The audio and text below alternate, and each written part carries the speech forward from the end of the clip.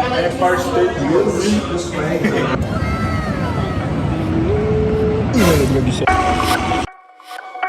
What's up, mother, fathers, brothers, and sisters? This is Vince, and this is what we did last summer in New York City. We took Uber from New Jersey to New York because parking in New York is hard to find and it can be expensive. We also didn't know how to use the train yet, but we tried it going home. Our first stop is the very famous Times Square. It's home to everything from street performers to award-winning Broadway shows, family-friendly restaurants, and attractions. Just don't take a picture of people wearing costumes unless you want to and have cash money.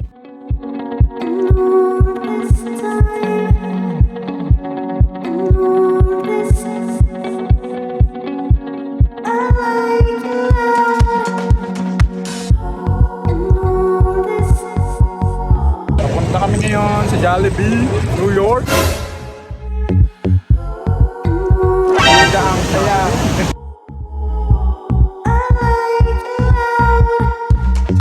Dito kami ngayon sa New York, mga pre. Dito po kami ngayon. Habang ginagawa natin. Matagatan po.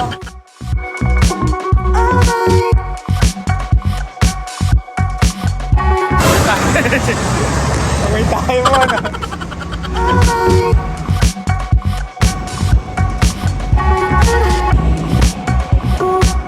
We're on our way to Grand Central, another free and iconic place to visit when you're in New York, where a lot of famous movies were shot, like John Wick.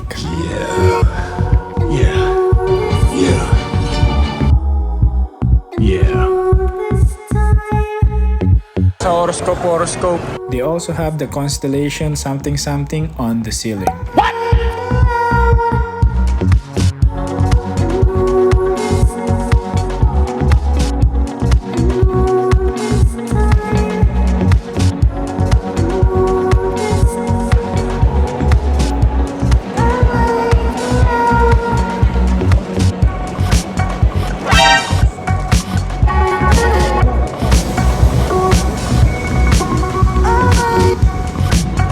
We're on our way to New York Public Library, another free place to visit where they shot a lot of famous movies like Ghostbusters and Spider-Man. Do you know any movie that's in the New York Public Library? Drop it in the comment below. Also, if you love marvelous architecture and history, you should visit New York Public Library. They also have the nicest bathroom and a perfect place to cool off for a hot summer in New York.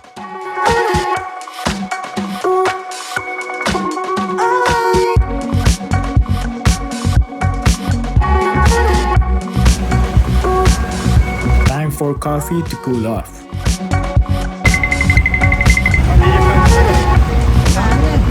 Mali po yung kay... Next, we're going to Rockefeller, which has another great restroom. You know, the restroom in New York is hard to find.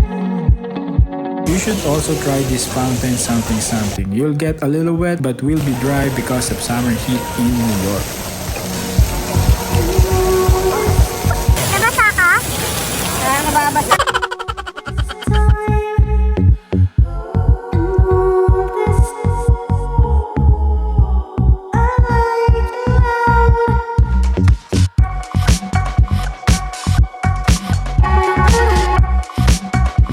Then, we went to St. Patrick's Cathedral Church and attended a mass.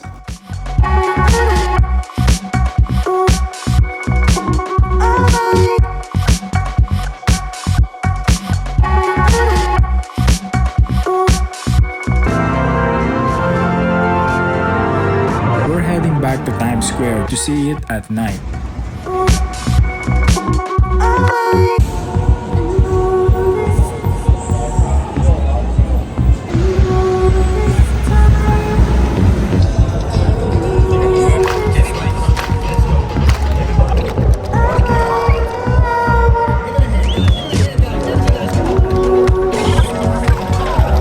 That will wrap up our first day in summer in New York. The next day, we started to ride the big bus to explore the hot New York City.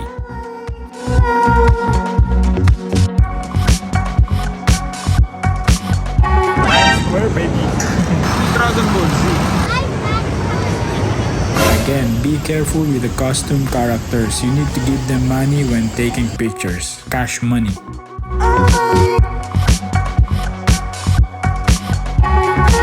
Riding a big bus has a lot of perks, like seeing The Rock Dwayne Johnson. Also, it is a nice and comfortable way of exploring a hot summer in New York. Then, we're going to the Empire State of Mind after this big bus tour. By the way, you can hop on and hop off on the big bus so you can explore more of the places if you want. I'll stop talking and let you appreciate the architecture and amazing buildings of New York.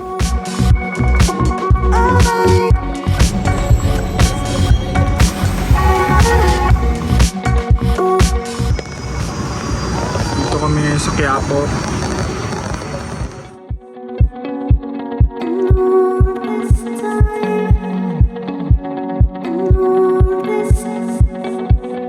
Wall Street Station. 1,700 ata daw plus na mamatay. Parang sa ano to, sa Barcelona.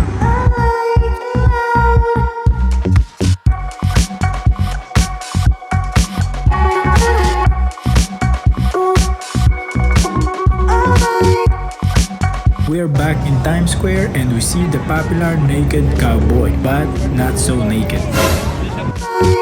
Dito kami ngayon naman sa New York, mga kapatid. Time to eat, then we'll go to Empire State of Mind. This Jollibee in Times Square is newly open and very convenient. Also has a nice restroom. Let's eat. Back on the bus on the way to the Empire State Building. Layo naman. Empire State.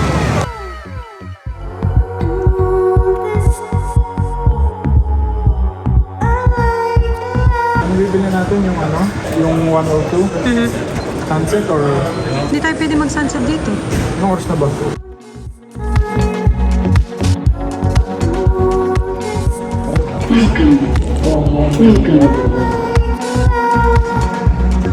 We went up there on our first time in New York back in 2016, but we only went up to 86th floor. This time we're going all the way up to the 102nd floor. There's a lot of stuff you can look at before going up. Let me show you something and let's go.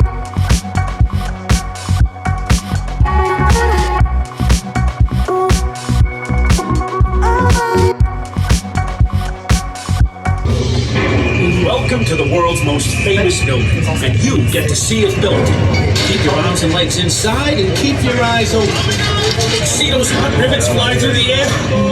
Nice catch, Lou! Time to go up to the 86th floor. Then we'll go straight to 102nd floor and come back down to 86th floor. So you can also see what's on the 86th floor. We're coming up to the 80th floor. We're headed to the top of the Empire State Building right here in the heart of New York City. We're here. Welcome to the 86th floor observation deck. Please exit left. Alright, let's go to 102nd floor first. Welcome to 86. Thank you.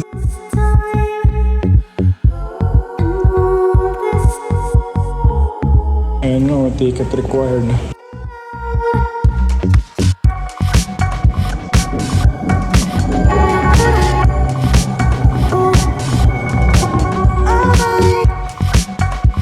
Let me show you what's on the 102nd floor, and if you think it's worth it, let us know in the comments below. We'll also show some pictures for some ideas when you're there because it's quite a tight space.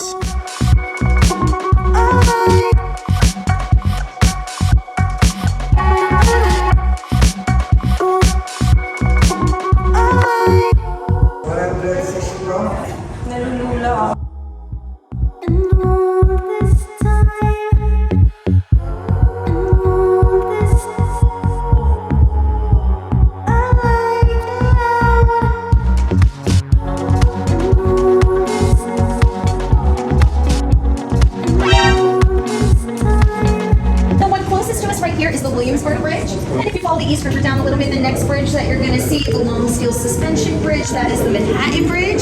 Slightly to the right of the Manhattan Bridge, it's a little bit harder to see because it's the smallest and it is stone. That is the Brooklyn Bridge. The easiest way to remember, BMW. Empire State Building. Ano tayo sa baba? Nasa baba. Oo, ang kanina. Let's go back to 86th floor. By the way, 86th view is outdoors, so it's hot and always windy. Diyan si Megatron, dito si Ultratron.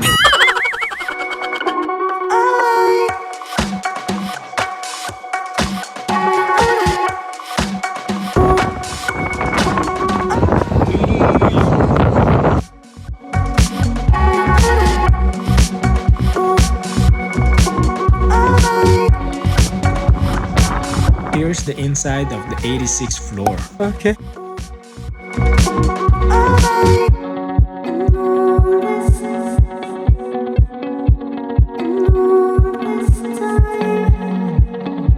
We're going back to the big bus again to explore more of New York. Let's go. You can touch the traffic lights if you want.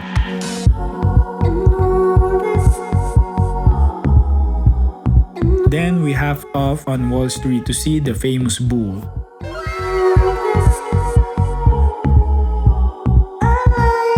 Jollibee nun, tsaka Greenwich. Ano, recto. Recto, kaya po. Next, we went to the World Trade Center and the 9/11 Memorial before getting lost in Dumbo.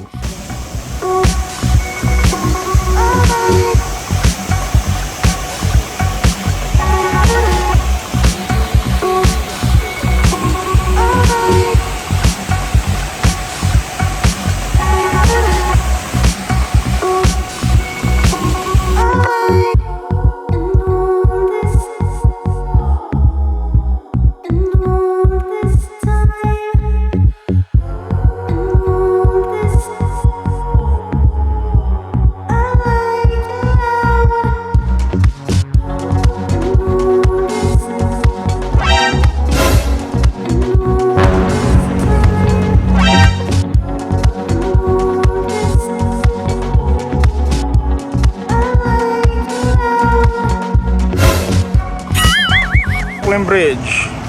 Papunta kami ngayon sa Brooklyn Bridge. Madaming lakadan. We want to see the Brooklyn Bridge from Dumbo, but for some reason we ended up under the Manhattan Bridge. Then we decided not to go to the Brooklyn Bridge and go home because we're tired already. We learned how to go to New York from New Jersey using the PATH train and vice versa, which is only $2.75 instead of Uber. Newark Penn Station. The next day, we will be going to the Statue of Liberty, another iconic place where a lot of movies were shot like Superman. Thank you, Superman, for saving the Statue of Liberty. Then we'll only go up to the pedestal because the crown must close.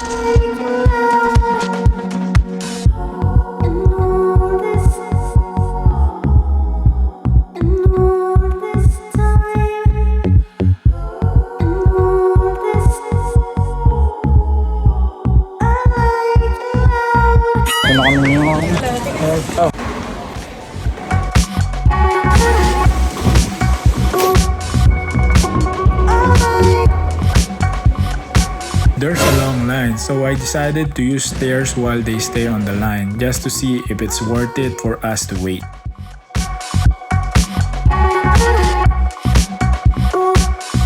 It's tiring, but you'll be the judge if it's worth the stair steps. Let us know in the comment below. On the pedestal, you can see some wonderful views of New York and New Jersey. Enjoy!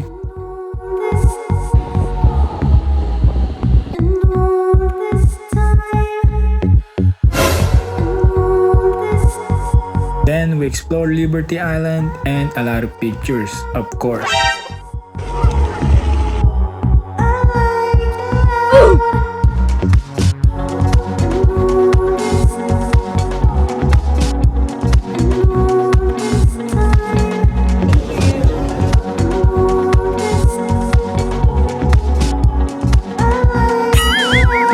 See you later, Liberty.